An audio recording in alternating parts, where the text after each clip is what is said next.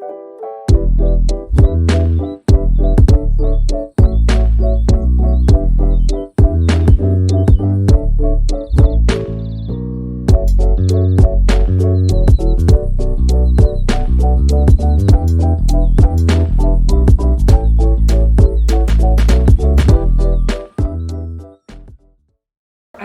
to the Gallery's open lecture from Mark Prince. The lecture is called Image of Inventory.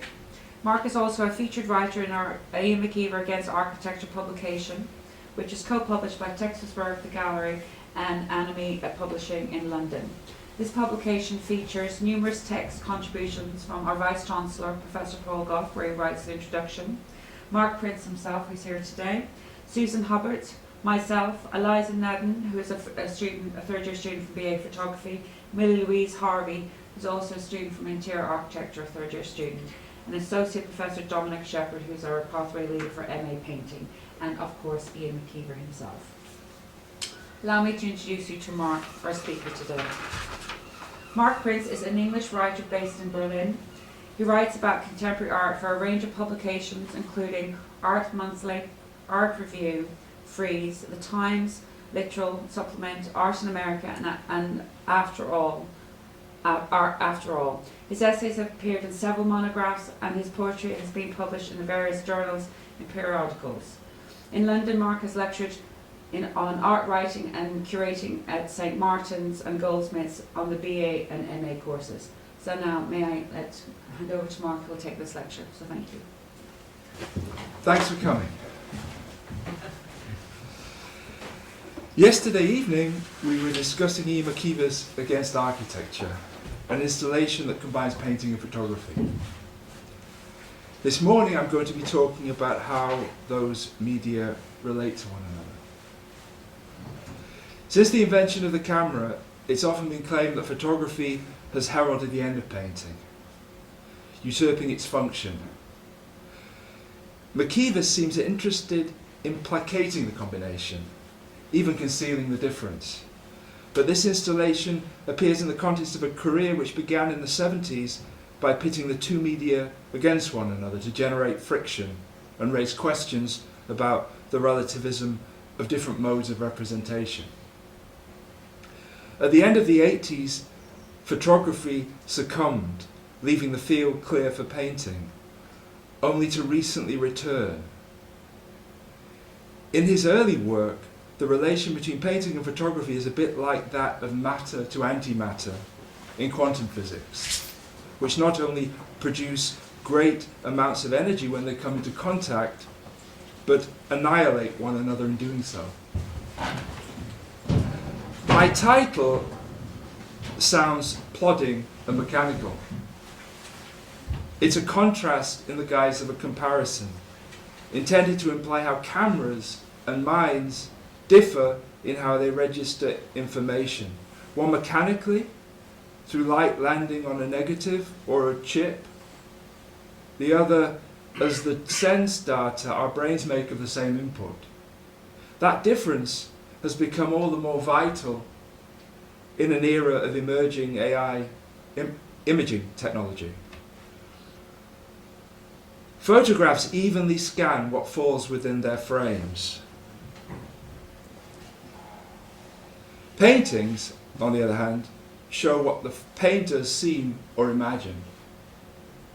But the comparison may also suggest that photography hasn't changed painting as much as it is generally assumed, as if it had always been there, long before cameras were invented, if it is considered not as a technology, but as a way of collating information as though by a mind incapable of generalization and the placing of emphases.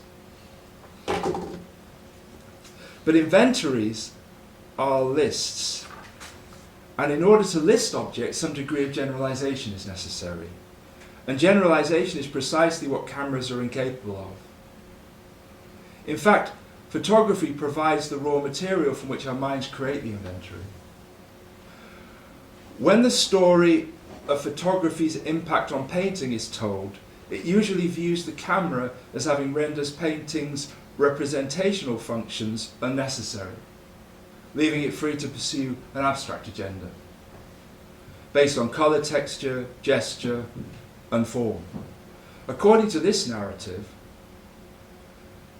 photography encroached on painting's territory and forced it to come to certain accommodations, in the process becoming more specific to its essential properties. A negative was transformed into a positive.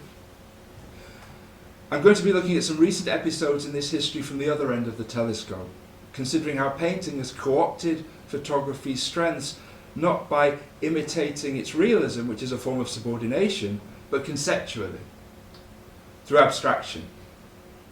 The mode into which painting was supposed to have escaped when it fled the dominance of a visual culture increasingly dominated by photography and film. Those terms, abstract, realist, are inadequate, turning out to be almost interchangeable. Robert Ryman, a painter who worked with only white paint on square formats, described his work as realist rather than abstract, by which he didn't mean photographically realistic, but minimalistically, as in Frank Steller's claim that what you see is what you get, illusionless, a matter of material disposed on a support. But he was also implying the materialism of his methods, which revealed their procedures to the viewer step by step, as an inventory itemizes its content. Yves Lambois has written that by his dissection of the gesture, quote, by his dissection of the gesture or of the pictorial raw material, and by his non-stylistic analysis of the stroke, Ryman produces a kind of dissolution of the relationship between the trace and its organic referent. The body of the artist moves towards the condition of photography. The division of labour is interiorised. Bois sees Ryman as objectifying painting and associates this process with the equal attention a camera gives to everything that falls within the frame of a photograph. Now consider a remark of Roy Lichtenstein's. I'd always wanted to know the difference between a mark that was art and one that wasn't, and how it might also comprehend, end quote, and how it might also comprehend photography. Isn't the thing about photos not only that they are only ever ambiguously aesthetic, but only ever ambiguously intended? We are never quite sure whether credit for them should go to the camera or the person operating it. Are they artifice or technological contingency? Process separates out from intention. This may be liberating, freeing images from ideas and ideologies, or it may leave it open to being manipulated to those ends. There's a scene from Michelangelo Antonioni's film Blow Up in which a fashion photographer watches a man and woman in an otherwise empty London park. He is not sure what they are doing. Has he stumbled upon a romantic tryst, a breakup, a quarrel, an art performance, a drug deal? And his curiosity prompts him to raise his camera. If he is uncertain whether they are performing, we know they are, for Antonioni's camera. But as if to mock the irrelevance of that knowledge to the film's narrative, when the woman catches sight of the photographer, he runs up to him to remonstrate against his having taken her picture without her consent, and demands the negatives from him so vehemently that his curiosity is piqued. He refuses to hand them over, and when he returns to his studio and develops the reel, he spots what he suspects is a body in the bushes in the background, a detail his camera has captured but of which he was oblivious at the time. Cameras, it is suggested, are never oblivious or aware, innocent or guilty. They show what appears before the lens without selection or judgment. If they perform an even-handed inventory, the viewer of the pictures they produce generalizes from them, focusing on this or that detail or aspect of an image. The dissociation of process and intention can also apply to painting. Thierry de Duve, also writing about Robert Ryman, distinguishes between painting's aesthetic and documentary functions, which might be loosely synonymous with intention and process. Cultivating this parallel is one of the ways in which painting has responded to the hegemony of cameras as our go-to image-making tools. It's a means of usurping photography's authority by invading its territory. By removing colour, composition, and any form of image from painting, Ryman left in play two dimensions which correspond to the aesthetic and the documentary. He made the procedures of his painting explicit and transparent. What ground he used?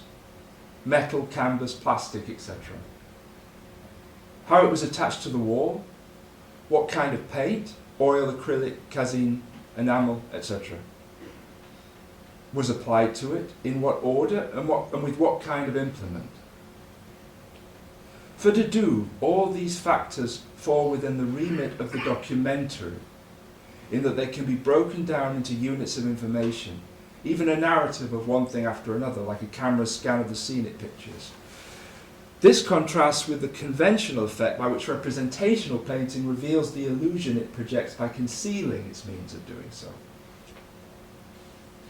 But there is another dimension, the experience we have as we stand in front of one of Ryman's works. This is unreproducible, as is proved by how little the reproductions I'm projecting convey, and these are very high quality images.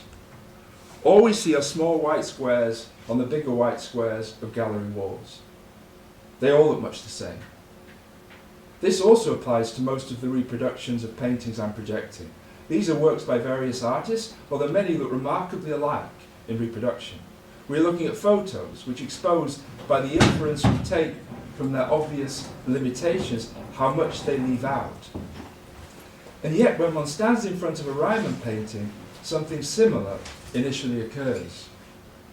We are drawn in by what appears to conform to a documentary-style inventory of information, as listable as the objects in the photograph's image, only to be confronted with an experience that bypasses that piecemeal procedural and demonstrates what it lacks. Quote, by acknowledging photography as a partner, as Daudet puts it, painting triumphs over it more surely than if it insisted on seeing it as a foe. Daudet's distinction between painting's documentary and aesthetic functions corresponds to Lichtenstein's wish to differentiate between a mark that is art and one that isn't. Behind both lies Marcel Duchamp's invention of the ready-made, the documentary art object to rival the documentary photo. They were the outcome of Duchamp abandoning his attempt to become a modernist painter. They represent painting's submission to photography, what was left in the face of photography having rendered art objects reproducible. They are the irreducible object which acts as a mere model for its reproducibility in the form of a mass-produced commodity. If aesthetic value has been reduced to the transferable sign that a photograph makes of the artwork it reproduces, that work can be anything we decide to see through that lens, including a urinal or a bicycle wheel. It is notable how often painters whose careers began in the post-Duchamp era of the latter part of the 20th century, and who, like Ryman, have foregrounded painting's documentary functions, have worked simultaneously with photography, as though its presence in their practices offered a challenge against which painting was forced to define itself.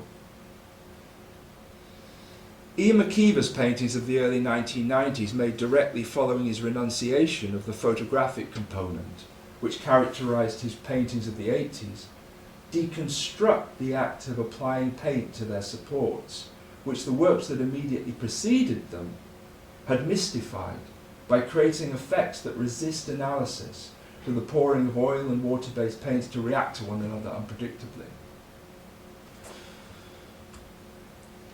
McKeever's Heartgrove paintings, which were made from between 1992 and 94, draw veiled bands of semi-translucent acrylic paint of fluctuating width across large-scale canvases.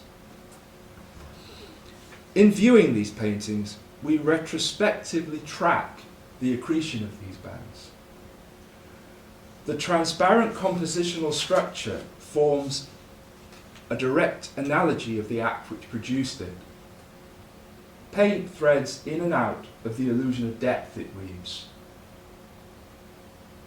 This equivalence between process and presence is documentary, but what it serves to create is aesthetic.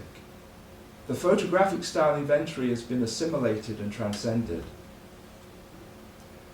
A selection from this series was exhibited almost 2 decades after they were painted at the Royal Academy in London in 2010. In conjunction with a series of small black and white photographs of details of the interior of McKeever's home. It was the first time photography had made an appearance in his practice since a few years before the paintings were made. Over in Germany in the same period, Günter Ferg's architectural photographs shared the imposing scale of his paintings as well as their geometric language. The photos picture modernist architecture, while the paintings are more indirectly elusive of forms familiar from the history of modernist abstract painting, converting their metaphysical implications into realism, in Ryman's sense of the word. The difference between a mark that is art and one that isn't blurs. Ferg applied single coats of monochrome paint to lead panels, as if with the intention of covering their surfaces as efficiently as possible. Quote, "I never correct myself," he said. The application was treated as a worker might roller a wall with white emulsion, or with an equivalent objectivity and lack of emphasis to that which his camera treated the architecture of the Bauhaus. But this pragmatism is a base from which procedure is converted into aesthetics.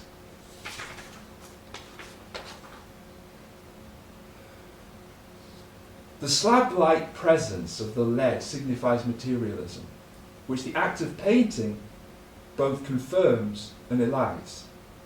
Disillusioning the metaphysical aspirations of the work of Barnett Newman or Piet Mondrian, Ferg assimilates the utilitarianism of a technologically driven image world, which his historical models were unable or unwilling to acknowledge. There are precedents for this strategy, not only in Ryman's work but in Agnes Martin's gridded paintings of the mid to late 1960s, or Mark Rothko's revisionist last series, the black and grey paintings of 1969 to 1970, to which Ferg's lead paintings, with their horizontal divisions between 2 monochrome zones, allude.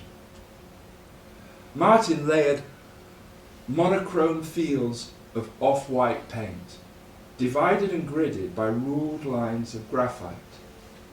The grids are both an inventory of her application of paint and a metaphor for the grid of an image, which painting escapes or refuses to enable. Applied to the whitey surfaces, the lines also connote the functionality of writing, which the painting in which they are embedded subverts. The grid inventories the flawed all-overness of the monochrome field, which in turn refuses to categorically submit to the grid's matrix. Mark Rothko was of a generation and belonged to a milieu which remained aloof from photography, the first wave of American abstract art before the incursion of the photograph image in 1960s pop art.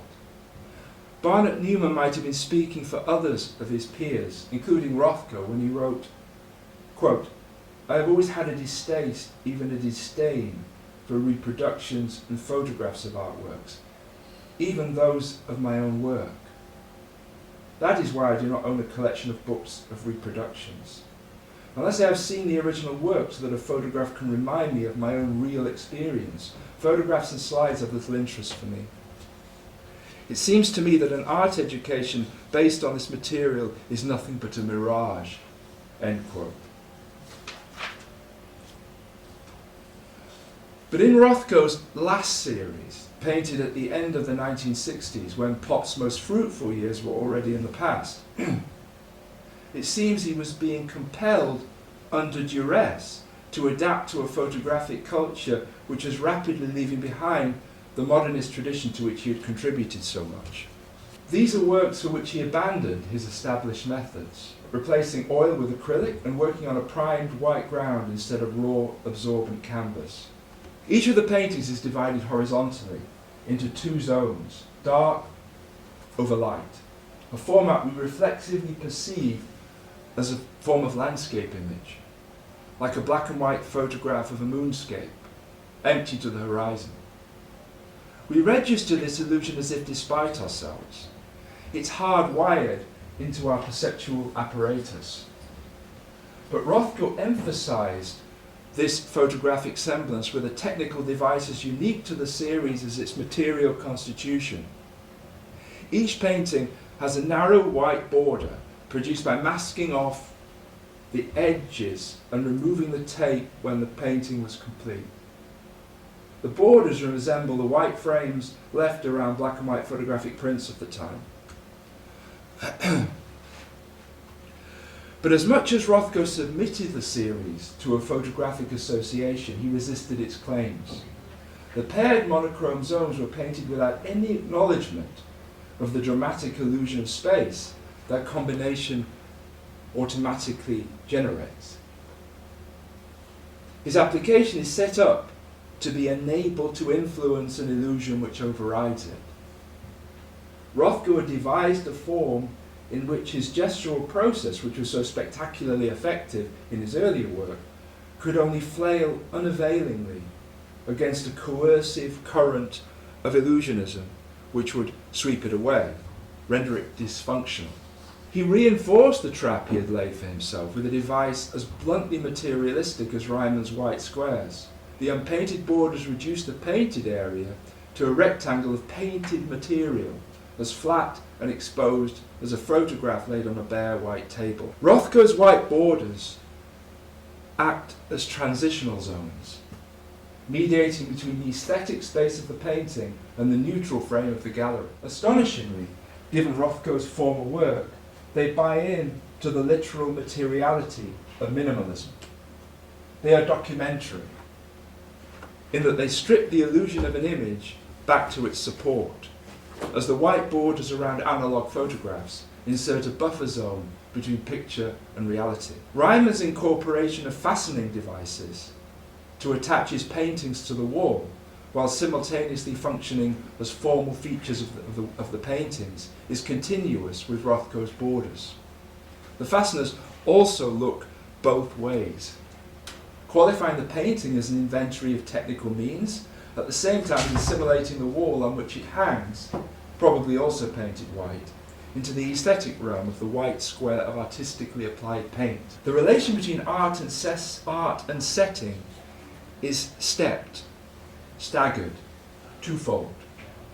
In Ian McKeever's Against Architecture, this intermediary role is given to the temporary plasterboard walls on which the artworks proper are hung, but which themselves are part of the installation, anchoring it to the gallery, and is interchangeable as that setting in that McKeever has reconstructed them here in Bournemouth, responding to the specificities of the site, using new materials, subsequent to the installation's original presentation in London in 2017. The raw building materials also nod to minimalism. They are documentary, phenomenologically literal, materialistic. They frame the artworks, protect them from the contingencies of the institutional setting, while setting them off, as jewels are offset by their setting. The condition of painting as an unmodifiable concentration of aesthetic decision-making is emphasized by the contrast, both with the photographs incorporated within the works themselves and the panels on which they are hung. Ryman said of Embassy 1, 1976, one of the first of his paintings to include fasteners to attach them to the wall, quote, "Usually paintings, if they are pictures, hang invisibly on a wall, because we're not interested in that. It's the image we're looking at in the confined space. My paintings don't really exist unless they're on the wall as part of the wall, as part of the room," end quote.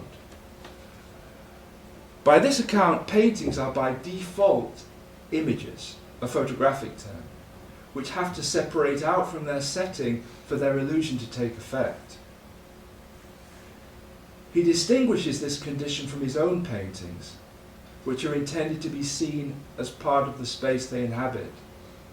But if they blend into their setting, associating his application of paint with that of the wall painters who roll the emotion onto the walls on which they hang, they do so only to assert their artistic status despite that identification.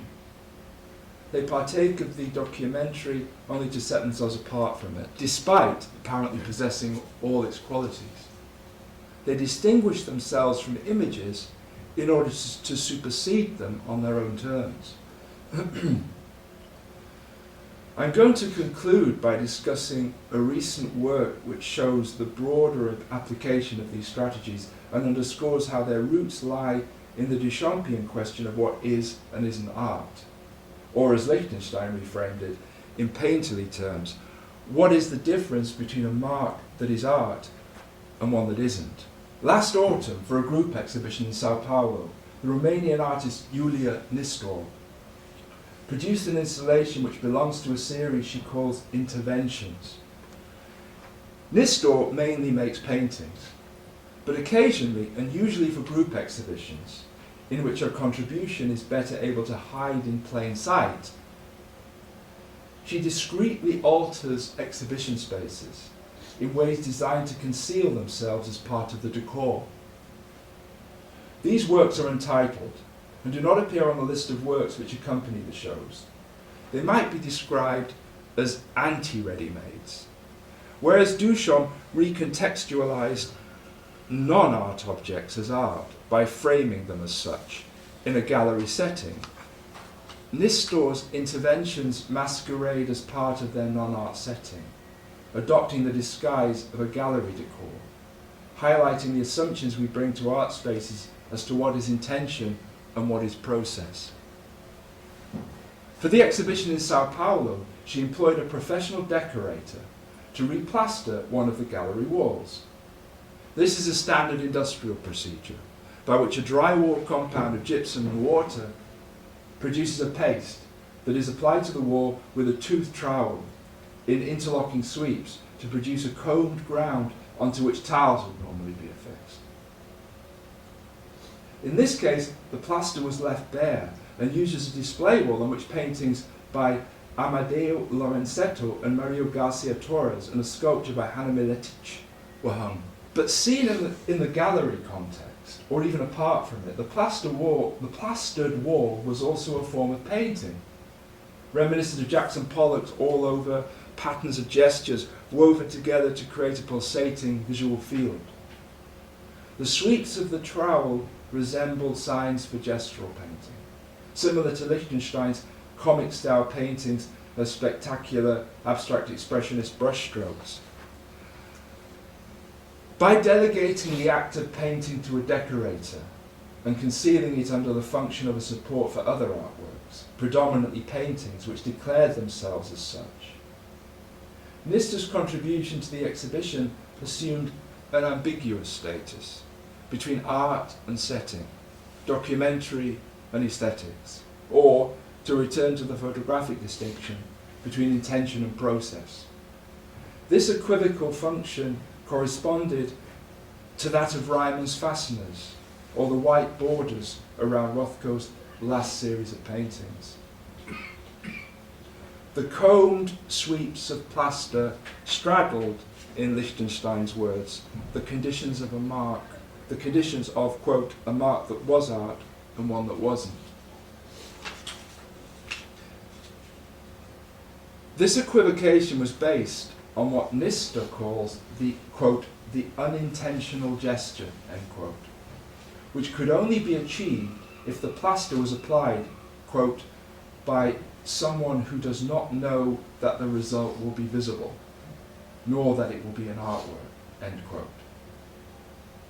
Of course, the plasterer also brought an intention to the job, to prepare the wall for the application of tiles, a purpose lacking the aesthetic dimension which distinguishes the making of art. If the subject, the plasterer with his or her trowel, remains, artistic subjectivity has been put aside. The merely pragmatic nature of the job was emphasized by the superimposition of paintings conventionally aesthetic in nature. Ferg's painting process, one coat of monochrome acrylic and done, may aim for a similar effect, but because he was making paintings, pure pragmatism was co-opted as an aesthetic by the back door, as it were.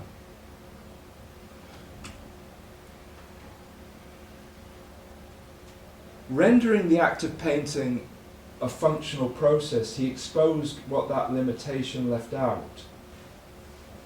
Similarly, the bands of black or white paint which traverse Ian McKeever's Heartgrove paintings were painted using makeshift newspaper stencils to break the link between their figurative directionality and the artist's touch. Although McKeever applied the paint, the bands assume an impersonal condition, as if at one remove from the process which produced them. Nistra's installation similarly produces a dissolution, quote, a dissolution of the relationship between the trace and its organic referent, end quote, as Bois defined Reimer's process. By reducing painting to materials and techniques, Reimann exposed all that nevertheless remains in play of aesthetic experience, for which mechanical procedure is only a foundation. For Nistra, the artistic trace can be defined by the assertion invested in it that, quote, the artist was here, end quote. Because of its setting and the artworks for which it provided a setting, her plasterer's application in straddling the condition of a mark that is art and one that isn't, partakes of the essential quality of photography, its inability to apply emphasis to one part of the scene it pictures more than to any other. The plastering was painting reduced to process, an inventory of gestures required to generate an all-over surface and no more. The relation between that self-concealingly pragmatic ground and the artworks hanging on it was polarized. So the paintings and sculpture appeared, by contrast, as dense compounds of aesthetic decision-making, obscuring the work of the plasterer with their self-proclaiming traces of artistic subjectivity. By dramatizing the distinction between art and non-art marks, Nistra's intervention, for which she didn't lift a brush or refer in any way to photography, implied the vulnerability of painting in a visual culture dominated by the digital image's technological inventory of shape-shifting information. Simultaneously, it exposed, by implication, the qualities of art which remain unreproducible, only to be experienced in real time and space. Thank you.